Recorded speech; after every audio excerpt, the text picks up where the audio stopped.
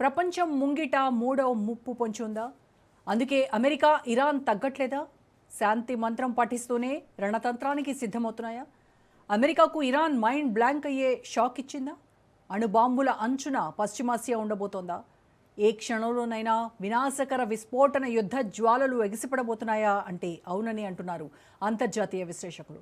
కొద్ది రోజులుగా Washington, Tehran పెద్దల తీరు చూస్తుంటే in front there is a crocodile festival అంటున్నారు. రాబోయే రోజుల్లో యుద్ధం తీవ్ర రూపం దాల్చబోతోందని అనుమానం వ్యక్తం చేస్తున్నారు. ఇంతకీ ఏం జరగబోతోంది? ట్రంప్ ఎందుకు భయపడుతున్నారు? ముస్తఫా ఎలాంటి ఆదేశాలు ఇచ్చారు? ఓవరాల్ వార్పై నెతన్యాహు ఏమంటున్నారు? మూడో యుద్ధంపై ఇవాల్టి స్పెషల్ డిబేట్.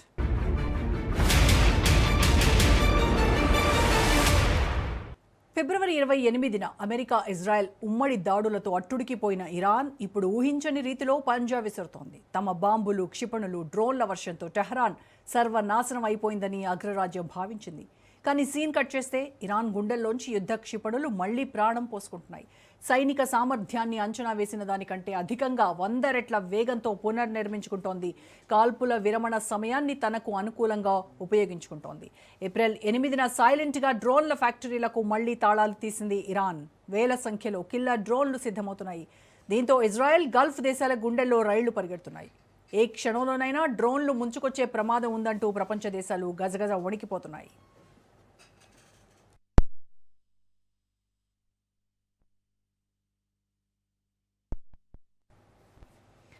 మరోవైపు అమెరికా, ఇజ్రాయెల్ దోస్తీలో ఇరాన్ చిచ్చురేగింది. ఉమ్మడి శత్రువుపై ఇద్దరు అగ్రనేతలు తలోదారి చూసుకుంటున్నారు. అమెరికా అధ్యక్షుడు డొనాల్డ్ ట్రంప్, ఇజ్రాయెల్ ప్రధాని నెతన్యాహు మధ్య ఫోన్లోనే మాటల యుద్ధం జరిగింది. యాక్సియోస్ మీడియా కథనాలు ప్రకంపనలు సృష్టిస్తున్నాయి. మిస్టర్ ట్రంప్, మీరు ఘోరమైన తప్పు చేస్తున్నారంటూ నెతన్యాహు అరిచారట. గంటపాటు ఇద్దరి మధ్య వాడివేడి వాగ్వాదం నడిచిందట. చర్చలు వద్దు, యుద్ధమే ముద్దని నెతన్యాహు కేకలు పెడుతుంటే ఒక్క ఛాన్స్ ఇద్దామంటూ ట్రంప్ చెప్పుకొచ్చారట. పాకిస్తాన్, ఖతార్లు ఉమ్మడి లేఖతో రెడీగా ఉన్నాయి. మధ్యవర్తిత్వం ఫెయిల్ అయితే అప్పుడు బాంబులు వేద్దామంటూ ట్రంప్ నచ్చజెప్పే ప్రయత్నం చేశారట. కానీ నెతన్యాహు అసంతృప్తితో రగిలిపోతున్నారట. బయట ప్రపంచానికి మాత్రం నెతన్యాహు నేను చెప్పిందే వింటాడని ట్రంప్ మేకపోతు గాంభీర్యం ప్రదర్శిస్తున్నారు. దీంతో ఇజ్రాయెల్, అమెరికా మధ్య అసలు ఏం జరగబోతోంది? అరబ్ దేశాల అభ్యర్థన మేరకు ట్రంప్ దాడులను వాయిదా వేసిన మాట నిజమే అయినా భవిష్యత్తులో భారీ యుద్ధం తప్పదా అనే సందేహాలు వ్యక్తమవుతున్నాయి. ఇప్పటికే ఇజ్రాయెల్ సైన్యం ఇరాన్పై బాంబుల వర్షం కురిపించడానికి కళ్లల్లో ఒత్తులు వేసుకొని చూస్తోంది. ఏ క్షణాన ఏం జరుగుతుందో తెలియక అందరూ సతమతమవుతున్నారు.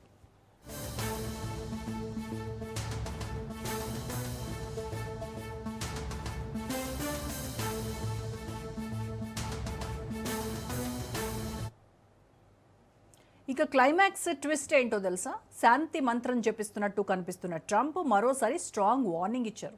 ఇరాన్ దగ్గర ఉన్న యురేనియం నిల్వలను స్వాధీనం చేసుకుని తీరుతామని బాంబు పేల్చారు.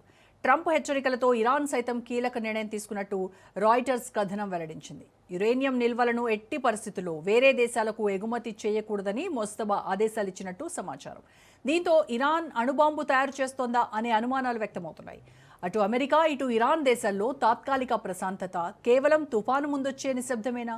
టెహ్రాన్ అణు నిల్వల కోసం వాషింగ్టన్ మరో మహాయుద్ధానికి తెరలేపబోతోందా? అగ్రనేతల అహంకారాల మధ్య పశ్చిమాసియా శ్మశానంగా మారబోతుందా అనే చర్చ దడపుట్టిస్తోంది.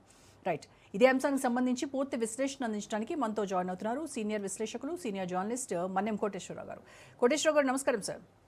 నమస్తే కోటేశ్వర గారు, ట్రంప్, నెతన్యాహు మధ్య గంట పాటు ఫోన్ సంభాషణ జరిగింది. దీంట్లో తీవ్ర వాగ్వాదం చోటు చేసుకుంది అని యాక్సియోస్ లీక్ చేసినటువంటి ఒక దీంట్లో తెలుస్తోంది మనకు. అంటే ఒకరేమో చర్చలు అంటుంటే మరొకరేమో యుద్ధం అంటూ ఉన్నారు. అసలు ఈ ఇద్దరు మిత్ర దేశాల మధ్య వచ్చినటువంటి ఈ విభేదము పశ్చిమాసియా సమీకరణలను ఏ రకంగా మార్చబోతుందంటారు? వాళ్ళిద్దరూ గంట సేపు ఇంకా ఎక్కువసేపు అయినా మాట్లాడుకొని ఉండొచ్చు, దాన్ని మనం ఏమి సందేహించక్కర్లేదు. కానీ వాళ్ళిద్దరు ఘర్షణ పడ్డారని, నెతన్యాహు కేకలేశాడని, డొనాల్డ్ ట్రంప్ చల్లబడ్డాడని, ఇట్లాంటివన్నీ కూడా కట్టుకథలు తప్ప మరొకటి కాదు.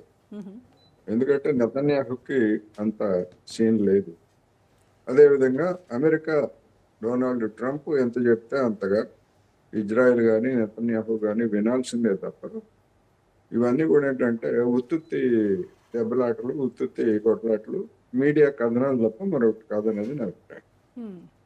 అయితే యుద్ధాన్ని కొనసాగించాలి అని నెతన్యాహు ఎందుకు అనుకుంటున్నాడు అంటే అక్టోబర్లో పార్లమెంట్ ఎన్నికలు జరగబోతున్నాయి అక్కడ. ఆ పార్లమెంట్ ఎన్నికల్లో నెతన్యాహు గెలవాలంటే ఓటర్లకి మరి ఏదో ఒక ఫలానా ఇరాన్ మీద మనం ఈ విజయం సాధించాము అని చెప్పేసి చెప్పుకోవడానికి ఏదో ఒకటి కావాలి. అందుకని నేను గట్టిగానే మాట్లాడాను, అయినా డొనాల్డ్ ట్రంప్ యుద్ధం చేయలేదు అని ఒక ఎలిబి సృష్టించుకోవడానికి కావచ్చు, లేదా మరొకటి కారణంతో కావచ్చు, ఆ విధమైనటువంటి మాటలు మాట్లాడి ఉండొచ్చు. దానికి కొంచెం రంగులద్ది మీడియా సంస్థలు మనకి వడ్డిస్తున్నారనేటువంటిది స్పష్టం. రెండోది, డొనాల్డ్ ట్రంప్ కూడా అదే సమస్య. ఇజ్రాయెల్లో అక్టోబర్లో ఎన్నికలు జరిగితే అమెరికాలో మధ్యంతర పార్లమెంటరీ ఎన్నికలు నవంబర్లో జరగబోతున్నాయి. మరి ఆ ట్రంప్కి అదే పరిస్థితి. ఎందుకంటే ఇరాన్ మీద విజయం సాధించాము అని చెప్పుకునేందుకు ఆ ఎన్నికలలో ఓట్ల కోసం పెద్ద ప్లాన్ వేశాడు, కానీ అది అనుకోకుండా ఎదురుతలేదు.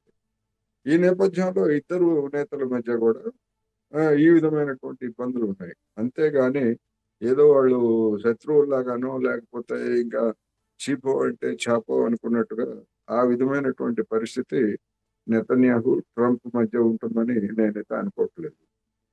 అదేవిధంగా ఇరాన్ మళ్ళా డ్రోన్లను తయారు చేస్తూ ఉంది, లేకపోతే మిలిటరీ సైట్లను తిరిగి నిర్మిస్తూ ఉంది అనేటువంటివి కూడా, అది కూడా ఒక విధంగా ఒక కట్టు కథే అని నాకు అభిప్రాయం. ఎందుకంటే ఇరాన్ని పూర్తిగా చూపించాలంటే అది. కానీ అటువంటి కథల ద్వారా మరి అమెరికన్ మీడియా కావచ్చు, లేదా ఇజ్రాయెల్ మీడియా కావచ్చు, ఏమి సాధిస్తారంటే ఇంకా అభాస్పాలయ్యేటువంటి అవకాశమే ఉంది. మొత్తం ఇరాన్ మిలిటరీ స్థావరాలన్నింటినీ పనికి రాకుండా చేసి పారేశాము, లేకపోతే డ్రోన్ తయారీ కేంద్రాలన్నింటినీ నాశనం చేసి పారేశాము, ఇంకా ఈ పనికిరావు అని కదా డొనాల్డ్ ట్రంప్ చెప్పింది. మరి అంత తక్కువ సమయంలోనే, అంటే ఏప్రిల్ 8 నుంచి మనం మాట్లాడుకునేటువంటి 22వ తారీఖు, మే 22వ తారీఖు మధ్యలోనే అంత త్వరగా ఇరాన్ మళ్ళా తన మిలిటరీ కేంద్రాలని నిర్మించుకోగలిగినటువంటి శక్తి నిజంగా ఉంటే, లేదా డ్రోన్ ఫ్యాక్టరీలను తిరిగి పునరుద్ధరించుకునే శక్తి ఉంటే, అమెరికా ఎట్టి పరిస్థితుల్లోనూ మళ్ళీ దాడి చేసేటువంటి అవకాశాలు లేవు, దాని మీద గెలిచేటువంటి అవకాశాలు లేవు అనేది కూడా మనం ఈ కోణంలో కూడా మనం చెప్పొచ్చు. ఓకే.